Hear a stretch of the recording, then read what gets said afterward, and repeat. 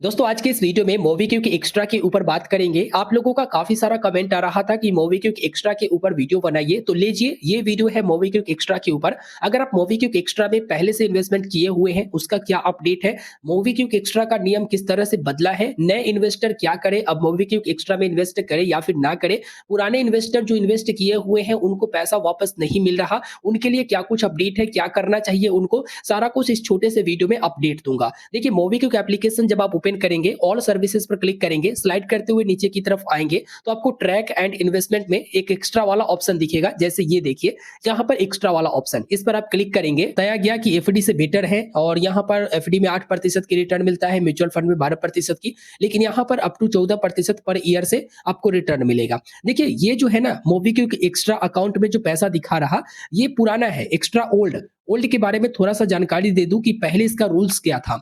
देखो पहले MobiKwik extra में आप पैसे लगाते थे तो उसमें एक फिक्स कर दिया जाता था कि अप टू 12% या अप टू 14% का आपको रिटर्न मिलेगा। अब आपका पैसा यहाँ पर लोन पर लगाया जाता है। जैसे आप 1 लाख रुपया लगा लिए तो इसको भी लोन दे दिया गया, उसमें से दूसरा को भी, तीसरा को भी, चौथे को भी, पांचवा को भी, इस तरह से मतलब डिस्ट्रीब्यूट किया जाता था आपका अमाउंट। अब किसी को 36% के इंटरेस्ट रेट से, किसी को 24% के इंटरेस्ट रेट से, किसी को 18% के इंटरेस्ट रेट से, इस तरह से जो है लोन पर आपका अमाउंट दे दिया जाता था। अब जो लोन लेने वाले होते थे वो आपके पैसे से उनको लोन मिलता था, लेकिन उसमें इंटरेस्ट रेट अलग अलग होते थे, किसी का 18, किसी का 24, किसी का 36। अब इसमें जो इनका लेंडर पार्टनर होता था वो क्या करता था कि आपको एक फिक्स 12% या 14% का इंटरेस्ट दे देता था, ठीक है, और बाकी के ये लोग रख लेते थे। जबकि देखोगे तो 24%, 36%, 48% तक के ये लोग इंटरेस्ट पर पैसा लगाते थे, जो आप ही का पैसा होता है। तो बीच में आरबीआई क्या कहा कि देखो आप लोगों का पैसा, यहाँ पर लोग जो यहाँ पर P2P इन्वेस्टमेंट करते हैं तो इन्हीं का पैसा आप किसी को लोन पर देते हो। अब जिनका पैसा आप लोन पर देते हो उनको 12% का रिटर्न मिलता है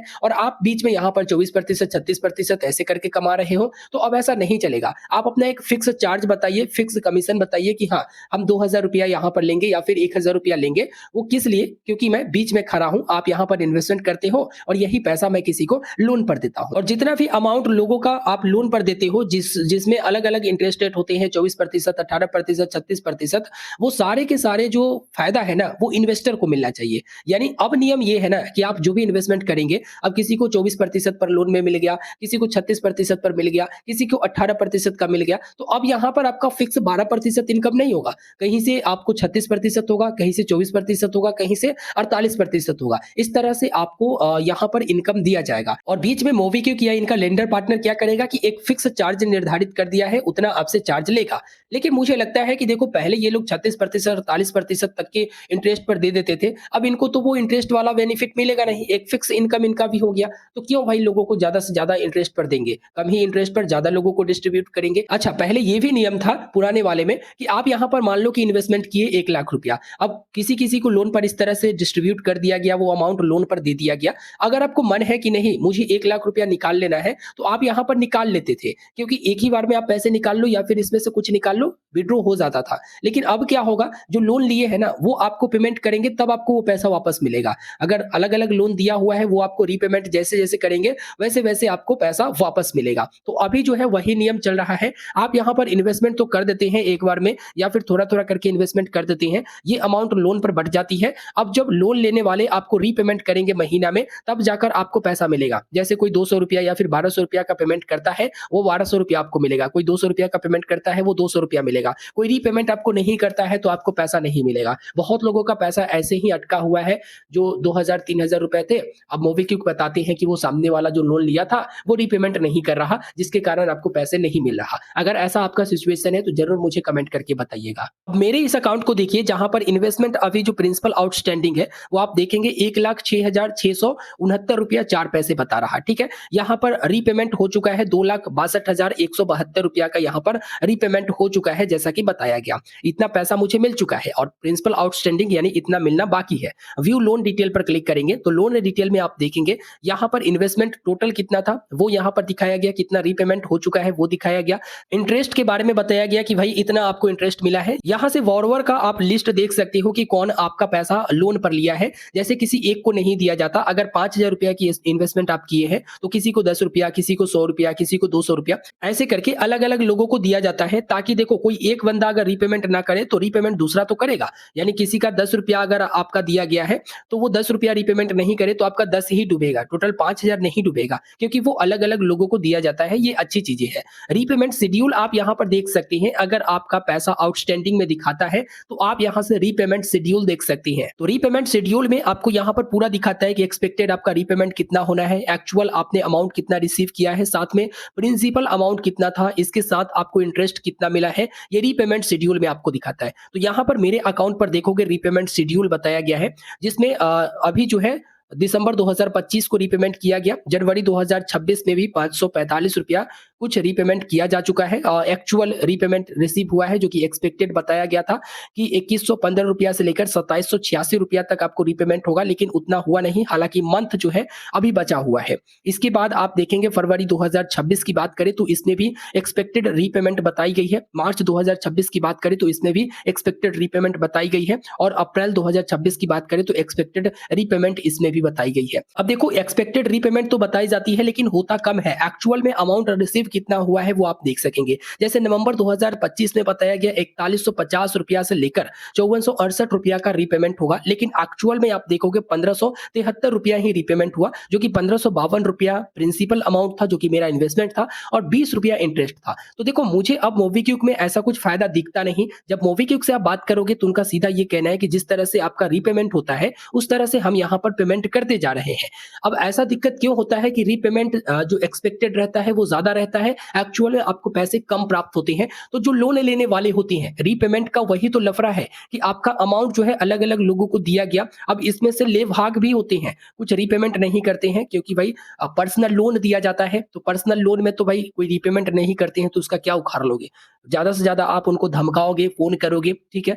कुछ लीगल एक्शन ये लोग लेते नहीं है, क्योंकि अमाउंट बड़ा होता नहीं है। बड़े अमाउंट पर लीगल एक्शन ले लेते हैं, ठीक है। उनका क्रेडिट एक अलग चीज है कि खराब हो जाती है, लेकिन आजकल देखते हैं कि लोन लेने वाले जो क्षणिक के लिए लोन लेते हैं, या जिनका 18 वर्ष उम्र हुआ या 20 वर्ष 21 वर्ष हुआ, जो गेमिंग वगैरह के लिए लोन लेते हैं, वो ज्यादातर रीपेमेंट करते नहीं है। तो ऐसे में रीपेमेंट अगर नहीं करेंगे तो आपको भी पैसा नहीं मिलेगा, इस बात का ध्यान रखिएगा। अब चाहकर भी आप पैसे नहीं निकाल सकते हैं। क्यों नहीं निकाल सकते? क्योंकि भाई जब तक आपका रीपेमेंट नहीं होगा तब तक आपको पैसा मिलेगा नहीं। जैसे इसे डिटेल के साथ समझे, जैसे ₹1,06,669 है ना दिया हुआ, तो अगर मान लो कि टोटल के टोटल बंदा जो भी लोन लिया हुआ है, ये इस अमाउंट में से, ठीक है, टोटल के टोटल बंदा अगर रीपेमेंट नहीं करता है तो ये ₹1,00,000 गया, क्योंकि रीपेमेंट नहीं करेगा, मुझे पैसा नहीं मिलेगा। अब पहले ये सिस्टम था कि जब चाहो आप ये विड्रॉ कर लेते थे, लेकिन अब वो सिस्टम नहीं है। अब पूरा डिपेंड है लोन लेने वालों के ऊपर। लोन लेने वाले जैसे जैसे रीपेमेंट करेंगे वैसे वैसे आपको पैसा मिलेगा। अब जिन लोगों को भी ₹2,000 या ₹1,000 या फिर ₹500 दिखा रहा, उनको पैसा नहीं मिल रहा,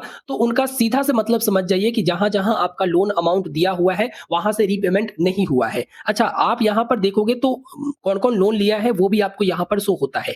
आप इससे संबंधित मोबीक्विक से भी बात कर सकते हो। अब कुछ लोग वैसे भी होंगे जिनका रीपेमेंट तो हो गया होगा, लेकिन बैंक अकाउंट में पैसा नहीं मिला होगा। उनको दिखा रहा होगा कि रीपेमेंट हुआ है, लेकिन बैंक अकाउंट में पैसा नहीं मिला होगा। उनको क्या करना है? तो उनको मोबीक्विक से संपर्क करना है, या रीपेमेंट से जुड़ा हुआ कोई भी समस्या है तो आपको मोबीक्विक से संपर्क करना है। उनको आप मेल डालिए, ईमेल कर सकते हैं, जिसका जो ईमेल आईडी है वो मैं वीडियो के डिस्क्रिप्शन में दे दूंगा, आप उसे ईमेल करिए। अगर लगता है कि मोबीक्विक आपको हेल्प नहीं कर रही है तो इसके खिलाफ आप ऊपर आरबीआई को भी, ओम्बड्समैन को कंप्लेन दर्ज कर सकते हैं। इस पर अगर डिटेल में वीडियो चाहिए तो आप मुझे जरूर बताइएगा, मैं डिटेल में वीडियो बनाकर दे दूंगा। देखिए, रीपेमेंट हुआ या फिर नहीं वो आप कैसे चेक करोगे, तो इसका पूरा हिस्ट्री आपको दिखाता है। ऊपर में यहाँ पर हिस्ट्री वाला ऑप्शन मिलता है, जिस पर आप क्लिक करोगे तो यहाँ से आपको पता चल जाएगा कि रीपेमेंट कितना हुआ है और आपके बैंक अकाउंट में ये क्रेडिट हुआ है या फिर नहीं हुआ है। जैसे 23 जनवरी को रीपेमेंट हुआ ₹145.33। अब यहाँ पर फंड विड्रॉ में बताया गया है ₹145.33 आपकी बैंक अकाउंट पे क्रेडिट हो चुका है। अब जब मैं बैंक अकाउंट चेक किया हूं तो हाँ, सच में वो क्रेडिट हो चुका है। 16 जनवरी को रीपेमेंट किया गया ₹171.99। उसी प्रकार से ₹171.99 फंड विड्रॉ हो चुका है, यानी हमारे बैंक अकाउंट में आ चुके हैं। तो इस तरह से आप हिस्ट्री चेक करिए। फंड विड्रॉ होता है तो आप देखिए बैंक अकाउंट में कि वो क्रेडिट हुआ है या फिर नहीं क्रेडिट हुआ है, तो मोबीक्विक से संपर्क कर सकते हैं।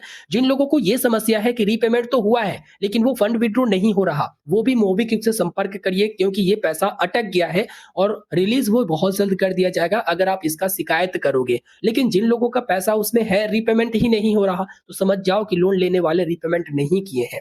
अब जो नए इन्वेस्टर है वो क्या करें? उनको मैं कह देना चाहूँगा कि भाई इस तरह के मोबीक्विक एक्स्ट्रा या फिर इस तरह के कोई भी, सिर्फ मोबीक्विक एक्स्ट्रा की बात नहीं कर रहे हैं, P2P इन्वेस्टमेंट की बात कर रहे हैं, जहाँ पर लोन में लगाए जाते हैं पैसे और मीडिएटर जो है वैसे तो आसानी से लोन देते नहीं है, उनका क्रेडिट हिस्ट्री वगैरह सब कुछ चेक करते हैं। अब ऐसे में कुछ लोग होते हैं जो रीपेमेंट नहीं भी करते हैं, तो अगर रीपेमेंट नहीं होता है तो आपका पैसा फँसने की पूरा यहाँ पर संभावना होती है। इसलिए जो नए इन्वेस्टर है, मैं कहना चाहूँगा कि इनसे आप दूर रहें, P2P इन्वेस्टमेंट से दूर रहें। हम भी जब इन्वेस्टमेंट किए थे तब रूल कुछ और था और बीच में रूल कुछ और आ गया, जो कि यहाँ पर पहले जितना चाहो आप पैसे इन्वेस्टमेंट करो, जब चाहो आप पैसे निकाल लो, पूरा पैसा आपका निकल जाता था। लेकिन बीच में आरबीआई का रूल आया, ज़्यादा अर्निंग के लालच में डायरेक्ट जोड़ दिया गया लोन लेने वालों से, जो P2P इन्वेस्टमेंट था उसे, और देखो जो रीपेमेंट नहीं कर रहा, उनका पैसा नहीं मिल रहा। तो आप नए इन्वेस्टर हो तो इन सभी चीज़ों को समझ-बूझ कर उसके बाद ही आप इन्वेस्टमेंट करिएगा। वैसे मैं आपको रिकमेंड नहीं करूँगा P2P इन्वेस्टमेंट इस तरह से आप करिए, क्योंकि भाई जो लोन लेता है उसको तो आप पर्सनली जानते रहते नहीं हो, ठीक है? जानते तो हो नहीं। बेहतर होगा कि आप 12% ही लीजिए, म्यूचुअल फंड में इन्वेस्टमेंट कर दीजिए, कुछ अच्छा-सा म्यूचुअल फंड देखकर। इसके ऊपर डिटेल में वीडियो चाहिए तो ज़रूर मुझे कमेंट करके बताइएगा। तो मैंने यहाँ पर जानकारी दे दिया है, इससे संबंधित कोई और प्रश्न है या कोई और समस्या है आपका, तो आप हमें वीडियो के नीचे कमेंट करके ज़रूर बताइएगा, मैं ज़रूर मदद करूँगा। साथ में अगर मुझसे पर्सनली बात करना चाहते हैं तो इंस्टाग्राम पर मुझे फॉलो करके मैसेज ज़रूर कर दीजिएगा। धन्यवाद।